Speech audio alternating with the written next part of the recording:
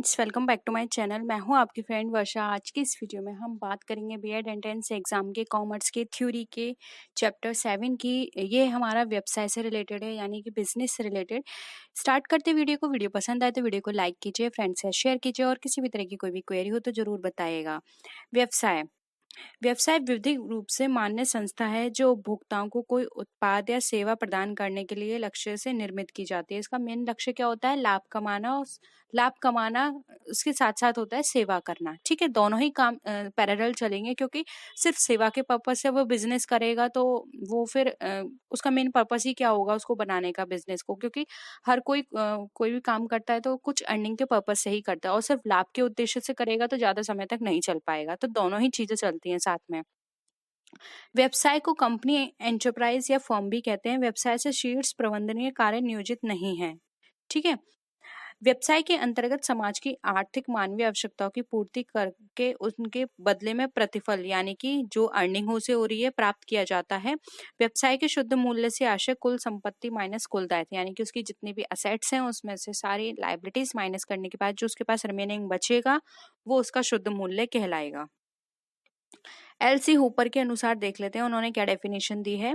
व्यवसाय से आशय वाणिज्यम उद्योग के संपूर्ण जटिल क्षेत्र, आधारभूत उद्योगों, प्राविधिक एवं निर्माणी उद्योगों तथा सहायक सेवाओं के बृहत जाल, वितरण, बैंकिंग, बीमा, यातायात आदि से है, जो संपूर्ण व्यावसायिक जगत की सहायता करते हैं तथा उनमें अंतर्व्याप्त है। यानी कि देखिए, इसके साथ साथ इसके अंदर वाणिज्य उद्योग तो सम्मिलित है, साथ ही इसमें बैंकिंग, बीमा, यातायात ये सारे भी सम्मिलित हैं, क्योंकि इनके थ्रू ही ये सारी चीजें अच्छे से काम करती हैं। क्योंकि अगर हमें किसी से कहीं से माल मंगवाना है या कहीं बेचना है तो यातायात चाहिए। फिर जो भी माल मंगा रहे हैं वो सिक्योर हो, अगर उसमें किसी भी तरह का कोई भी लॉस हो रहा है तो उस लॉस से बच सकें, इसलिए बीमा कराया जाता है। और जब हम अपने बिजनेस को स्टार्ट करते हैं तो उसके लिए बहुत पैसा चाहिए होता है, तो उसके लिए हमें बैंकिंग की जरूरत होती है। तो ये सारी ही चीजें हमारे लिए इम्पोर्टेंट हैं। नेक्स्ट देखिए, व्यवसाय की विशेषता, यानी कि क्या क्या इसके फीचर्स हैं या कैरेक्टरिस्टिक्स हैं। वस्तुओं और सेवाओं का लेन देन, यस ये तो बिल्कुल ही इंपॉर्टेंट है। सेकंड है हमारा वस्तुओं सेवाओं का विक्रय तथा अथवा विनिमय। अब विक्रय हो चाहे वो विनिमय हो, ये इसके अंदर होना चाहिए।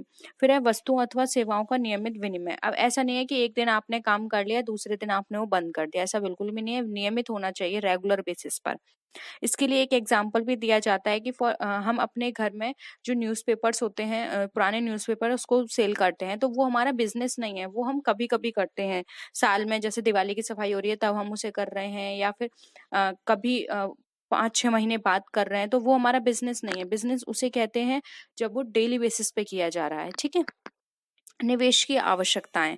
अब इसमें ज्यादा से ज्यादा आवश्यकताएं हो निवेश की, ये इसका होता है, क्योंकि देखिए बिजनेस हम जब भी करते हैं तो वो एक्सपेंशन उसमें करना ही पड़ता है, या फिर कोई भी रिपेयरिंग करनी पड़ती है तो उसमें निवेश की हमें आवश्यकता होती है।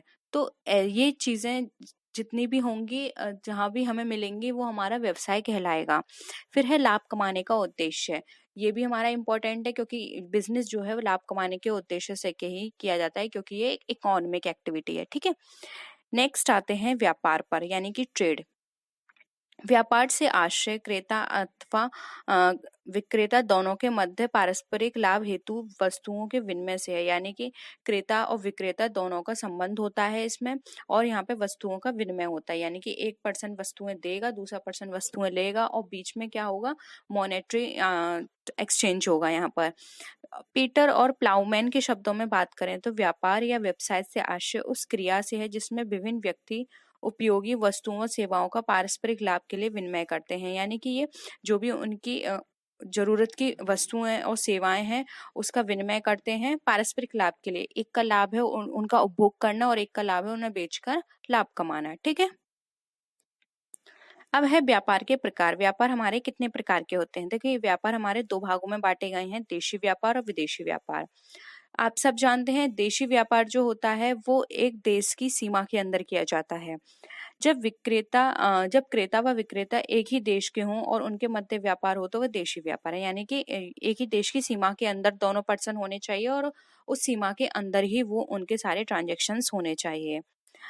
अब देसी व्यापार को भी देखिए यहाँ पर दो भागों में बांटा गया है, एक है क्षेत्र की दृष्टि से, एक है क्रय विक्रय की दृष्टि से। देखिए क्षेत्र की दृष्टि से बात करें तो ये 3 प्रकार के होते हैं, स्थानीय, राज्यीय और अंतर्राज्यीय। स्थानीय व्यापार यानी कि लोकल ट्रेड, वह व्यापार जो किसी विशेष स्थान तक सीमित होता है, स्थानीय व्यापार कहलाता है। जैसे कि हमारे आसपास होता है, साग सब्जी हो गई, दूध हो गया, दही, मिठाई, इन सब का व्यापार ये लोकल होता है। आप बहुत दूर नहीं जाएंगे कहीं भी ये चीज लेने, क्योंकि ये डेली पर्पस की चीजें होती हैं जो हमें चाहिए होती हैं। फिर है राज्य व्यापार यानी कि राज्य के बीच, वह व्यापार राज्य व्यापार वह व्यापार होता है जो एक राज्य तक सीमित होता है। इसे प्रांतीय व्यापार या प्रादेशिक व्यापार कहते हैं। जैसे कि मेरठ का बाजार, कानपुर का, इलाहाबाद का, लखनऊ का, तो ये सिर्फ वहीं के लोग यहाँ पे परचेस करते हैं। ऐसा नहीं है कि आप दूसरे राज्य से स्पेशली इन सारी चीजों को परचेस करने आएंगे, ठीक है। तो ये क्या होता है, एक राज्य तक सीमित होते हैं इस तरह के व्यापार। अंतर्राज्यीय व्यापार, अब इसमें क्या होता है, एक राज्य से दूसरे राज्य में परचेस करते हैं। एक देश के विभिन्न राज्यों के मध्य होने वाला व्यापार अंतर्राज्यीय व्यापार कहलाता है। जैसे उत्तर प्रदेश व राजस्थान के मध्य होने वाला व्यापार, यानी कि हो सकता है कंज्यूमर राजस्थान का हो और बेचने वाला कहाँ का हो, उत्तर प्रदेश का, या फिर खरीदने वाला उत्तर प्रदेश का हो और बेचने वाला राजस्थान का हो, ठीक है। तो वो कहलाता है हमारा अंतर्राज्यीय व्यापार। सिंपल है यहाँ तक। अब क्रय की दृष्टि से देख लीजिए। क्रय की दृष्टि से हमारे दो प्रकार के होते हैं, थोक व्यापार और फुटकर व्यापार।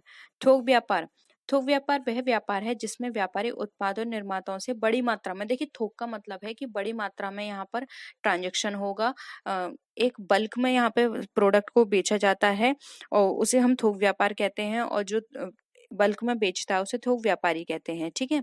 हर्ले के शब्दों में थोक व्यापारी वह विपणन व्यक्ति है जो फुटकर व्यापारी तथा निर्माताओं या उत्पादक के मध्य स्थान ग्रहण करता है। यानी कि ये चैन होती है, ये फुटकर और यो हमारा निर्माता है, यानी कि जो बना रहा है, इनके बीच का चैन, बीच का काम करता है, बीच कड़ी का यहाँ पर आ जाता है हमारा थोक व्यापारी, यानी कि निर्माता से माल लेकर फुटकर व्यापारी को देता है, ठीक है। थोक व्यापारी उत्पादक व फुटकर व्यापारी के मध्य एक कड़ी का काम करता है, ठीक है। देखिए यहाँ पर आप समझ लीजिए, उत्पादक, थोक व्यापारी और फुटकर व्यापारी, ये कड़ी है। फिर आता है फुटकर व्यापारी, यानी कि वो जो थोक व्यापारी से माल जिसने लिया है। फुटकर व्यापार वह व्यापार है जिसमें व्यापारी थोक विक्रेता से माल खरीदकर उसे उपभोक्ताओं को उनकी आवश्यकता के अनुसार बेचता है। फुटकर व्यापार करने वाले व्यापारी को फुटकर व्यापारी कहते हैं। यानी कि जो फुटकर व्यापारी है वो थोक व्यापारी से लेगा और किसको देगा, उपभोक्ताओं को। यानी कि ये उपभोक्ता और थोक व्यापारी के बीच की कड़ी है, ठीक है। ये रही इसकी चेन। कंडे तथा स्टील के शब्दों में फुटकर व्यापार में वे सभी क्रियाएं शामिल हो जाती हैं जो अंतिम उपभोक्ताओं को सीधे बेचने से संबंध होती हैं। फुटकर व्यापारी थोक व्यापारी व उपभोक्ता के मध्य एक कड़ी का कार्य करते हैं, ठीक है। सिंपल है। अब है फुटकर व्यापारी का वर्गीकरण। देखिए छोटे पैमाने के फुटकर व्यापारी भी हो सकते हैं और बड़े पैमाने के फुटकर व्यापारी भी हो सकते हैं। अब छोटे पैमाने पे देखिए कौन कौन आता है, फेरी वाले आते हैं, साधारण दुकान या फिर एक मूल्य की दुकान वाले जो जिनका फिक्स प्राइस होता है। और बड़े फुटकर व्यापारी में आ जाते हैं विभागीय भंडार, बहुसंख्यक दुकानें, डाक द्वारा व्यापार, सुपर बाजार, किराया खरीद पद्धति, किस्त भुगतान पद्धति या फिर उपभोक्ता सहकारी भंडार, जिस पर हमें सभी तरह के माल मिल जाते हैं, ठीक है। अब देखिए छोटे पैमाने के जो फुटकर व्यापारी होते हैं उनको समझ लीजिए। जैसे पहला है हमारा फेरी वाला, यानी कि पैडलर्स और हॉकर्स। ये क्या होते हैं, जगह जगह इनकी कोई पर्टिकुलर एक दुकान नहीं होती, जगह जगह अपनी ठेल साइकिल पर ये आवाज लगाते हुए अपने सामान को बेचते हैं, इसलिए इन्हें फेरी वाला कहा जाता है। साधारण दुकानदार की बात करें तो साधारण दुकानदार वह व्यापारी होते हैं जिनकी स्वयं की दुकानें होती हैं, जो गलियों में और बाजारों में नहीं घूमते, ठीक है। ये घूमने का काम नहीं होता, इनकी पर्टिकुलर एक दुकान होती है जो आपको कहीं भी गलियों में, बाजारों में या सड़कों के किनारे पर लगी मिल जाएंगी। फिर है एक मूल्य की दुकान। यह दुकान जिस पर सभी वस्तुएं एक ही मूल्य पर बेची जाती हैं एक मूल्य की दुकान कहलाती हैं। जैसे कि आपने देखा होगा आजकल जो न्यू कॉन्सेप्ट चला है 99 शॉप, यानी कि आपको उसकी शॉप पर 99 में कोई प्रोडक्ट है सब 99 में मिलेगा, ठीक है। तो इस तरह की शॉप्स भी अब बहुत चलने लगी हैं। फिर है बड़े पैमाने के फुटकर व्यापारी। इसके अंदर देखिए फर्स्ट आता है विभागीय भंडार। देखिए जेम्स स्टीफेंसन के शब्दों में ये एक छत्र के अंतर्गत एक बड़ा भंडार है, या विभिन्न प्रकार की वस्तुओं में फुटकर व्यापार करता है। यानी कि एक ही छत के अंदर मिलता है। डिपार्टमेंटल में आप मॉल ले सकते हैं, एक ही छत के अंदर आपको सारी चीजें मिल जाती हैं, ठीक है। फिर है बहुसंख्यक बाजार दुकानें। अब आपने देखा होगा एक ही स्वामी तथा प्रबंध के अंतर्गत चलने वाली कई फुटकर दुकानों को बहुसंख्यक दुकानें, श्रृंखलाबद्ध दुकानें कहा जाता है। यानी कि आपने देखा होगा कि एक जगह बहुत सारी चेन्स होते हैं, जैसे कि आप बाटा का ले लीजिए, ये एक चेन डिपार्टमेंट है, यानी कि इसकी चेन होती है जगह जगह, आप वहां जाके उनको परचेस कर सकते हैं अपने जो भी पसंदीदा प्रोडक्ट है। फिर है डाक द्वारा व्यापार। कन्वर्ट्स तथा हुगो के मतानुसार डाक द्वारा व्यापार एक ऐसा व्यवसाय है जो पूर्णतः डाक द्वारा ही विक्रय करता है और कोई व्यक्तिगत विक्रेता नहीं करता। यानी कि आप अब जो ऑनलाइन शॉपिंग करते हैं वो इसका एग्जाम्पल है। कोई पर्टिकुलर एक विक्रेता नहीं होता, यहाँ पर आप ऑर्डर करते हैं, आपका प्रोडक्ट घर पर आ जाता है। यहाँ पे डायरेक्ट रिलेशन नहीं होता कस्टमर का और जो सेलर है, ठीक है। फिर आता है हमारा सुपर बाजार यानी कि सुपरमार्केट। कंडिफ तथा स्टील के अनुसार सुपर बाजार फुटकर व्यापार करने वाली एक बड़ी व्यावसायिक इकाई है जो मुख्यतः खाद्य तथा किराना वस्तुओं का कम लाभ पर व्यापार करती है तथा जो विभिन्न प्रकार की वस्तुएं स्वयं सेवा के आधार पर विक्रय करती हैं। यानी कि सुपरमार्केट में क्या होता है कि कम लाभ पर करती हैं और ये स्वयं सेवा के आधार पर करती हैं, ठीक है। यानी कि आप खुद वहां से जाके प्रोडक्ट को पिक कर सकते हैं। किराया खरीद पद्धति यानी कि हायर परचेज सिस्टम। इसमें क्या होता है, ये एक ऐसी पद्धति है जिसमें वस्तु की कीमत का भुगतान किस्तों पे किया जाता है। यानी कि आप कोई भी प्रोडक्ट लेते हैं, आजकल जैसे गाड़ी ले रहे हैं आप, तो आप किस्तों पे उसका पेमेंट करते हैं, ये उसका एग्जाम्पल है, ठीक है।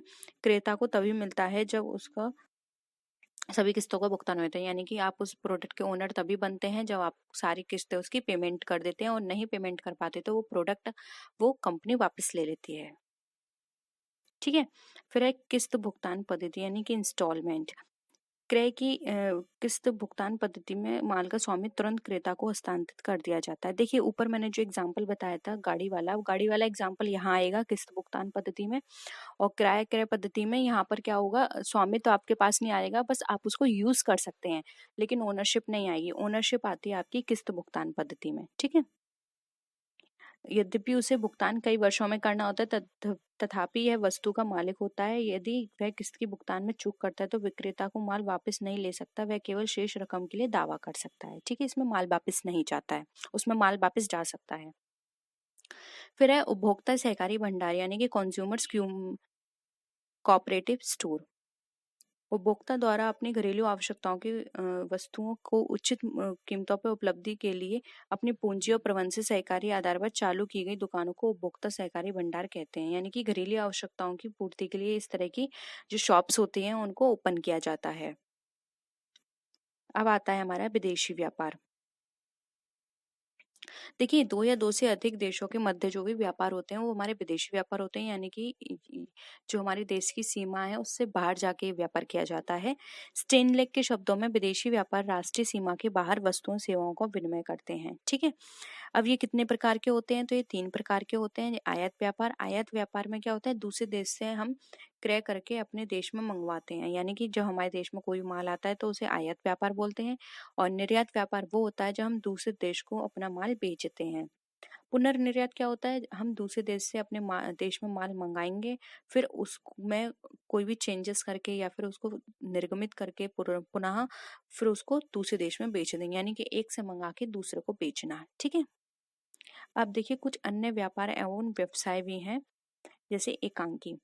किम्बॉल के अनुसार एकांकी स्वामी अपने व्यवसाय से संबंधित अपने राष्ट्र के सामान्य एवं विशेष नियमों के अंतर्गत अपने व्यवसाय में समस्त बातों का सर्वोच्च अधिकारी होता है। यानी कि अ, जो भी लॉस होगा वो वियर करेगा, जो भी प्रॉफिट होगा उसे मिलेगा। यानी कि हर सारी तरह के मैनेजमेंट, फाइनेंस कितना लगाना है, क्या क्या डिसीजन लेने हैं, सब काम एक व्यक्ति ही करता है, वो एकल व्यापारी कहलाता है, ठीक है।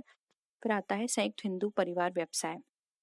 इसमें क्या होता है, एक परिवार के सभी सदस्य मिलकर इसको चालू करते हैं, और इसकी जो भी पूर्वज होते हैं, जो भी मेन होता है हेड फैमिली का, वो इसका हेड कहलाता है इस व्यवसाय का, और जो भी इनकी संतानें होती हैं वो इसको आगे बढ़ाती हैं, ठीक है।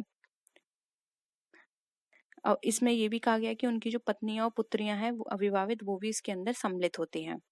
अब देखिए साझेदारी की बात करें तो साझेदारी आप बहुत बार पढ़ चुके हैं, इसलिए मैं आपको ये पूरा चैप्टर ही जल्दी जल्दी करा रही हूँ, क्योंकि बहुत बार आप ये सारी चीजें पढ़ चुके हैं।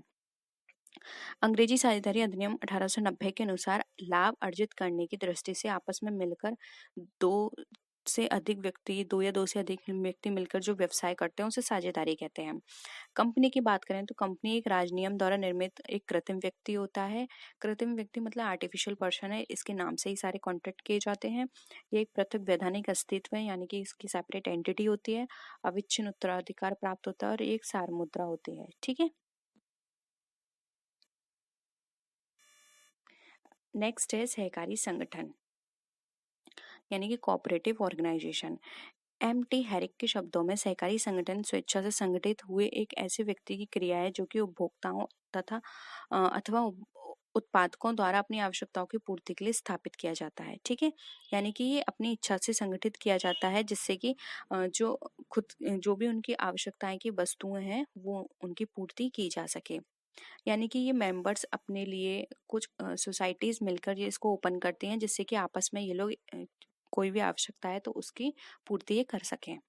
नेक्स्ट है सार्वजनिक या राजकीय क्रम उपक्रम, पब्लिक या governmental services. Professor N Malya के अनुसार सार्वजनिक उपक्रमों से आशय सरकारी स्वामित्व में स्थापित और नियंत्रित ऐसे स्वशासित अथवा अर्ध स्वशासित नियमों व कंपनियों से है जो औद्योगिक या वाणिज्यिक क्रियाओं में लगी हुई है। यानी कि पूरी तरह से पब्लिक भी नहीं बोल सकते और ना ही गवर्नमेंटल।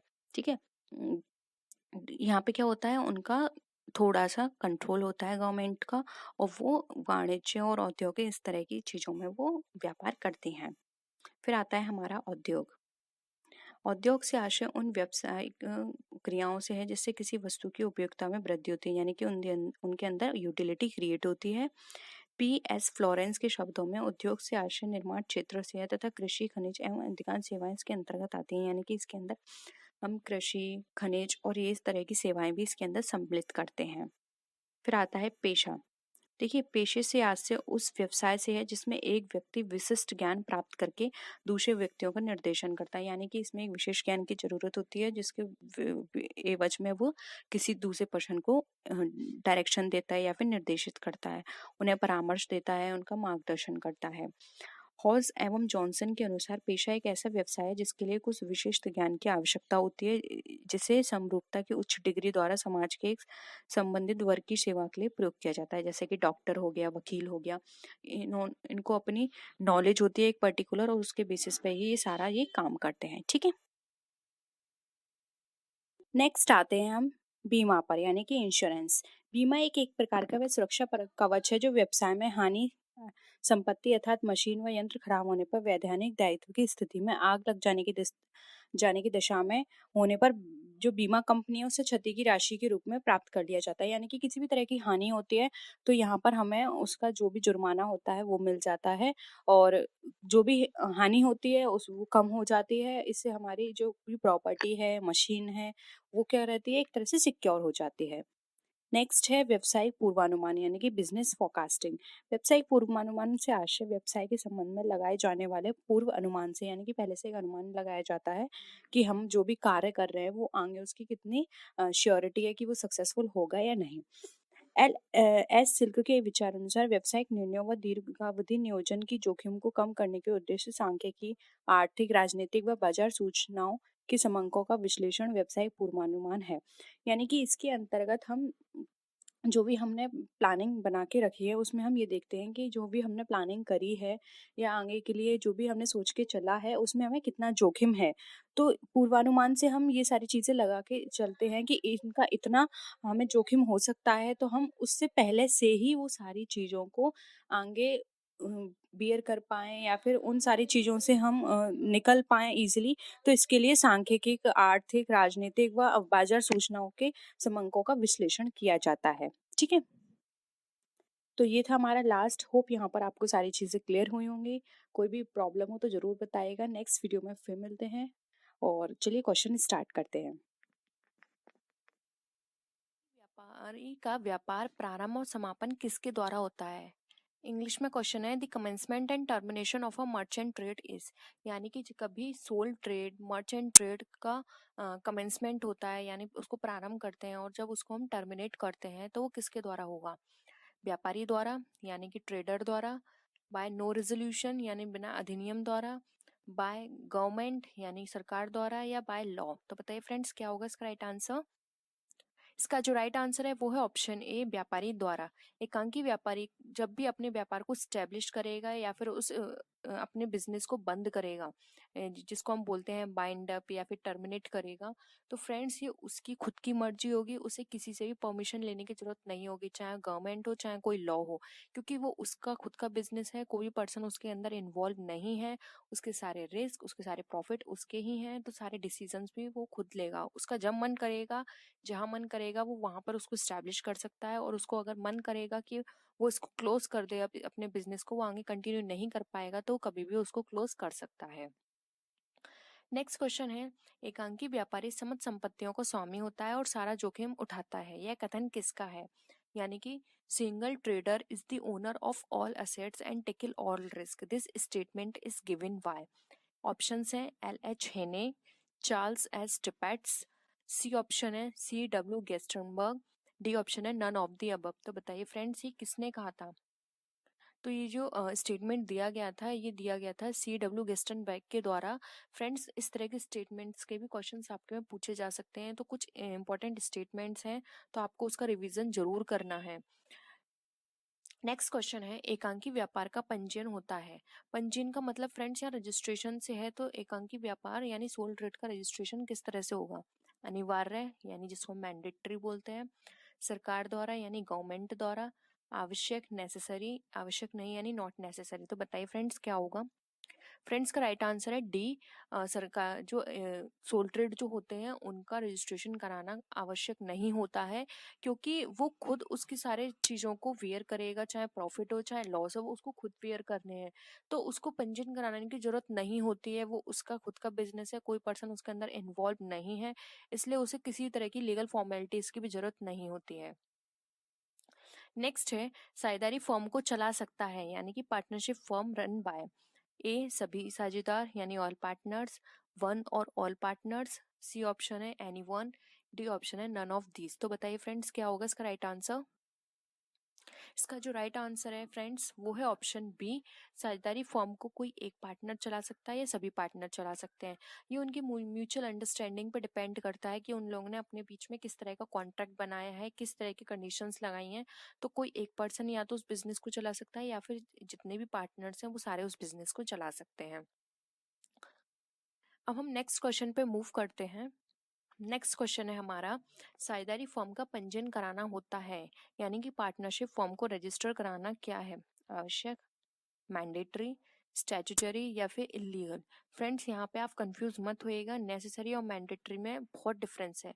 नेसेसरी का मतलब होता है कि आवश्यक है, यानी कि आपको जो भी बेनिफिट मिलेंगे तो इस पर्पज से आपको आवश्यक होता है कि आप करा लो।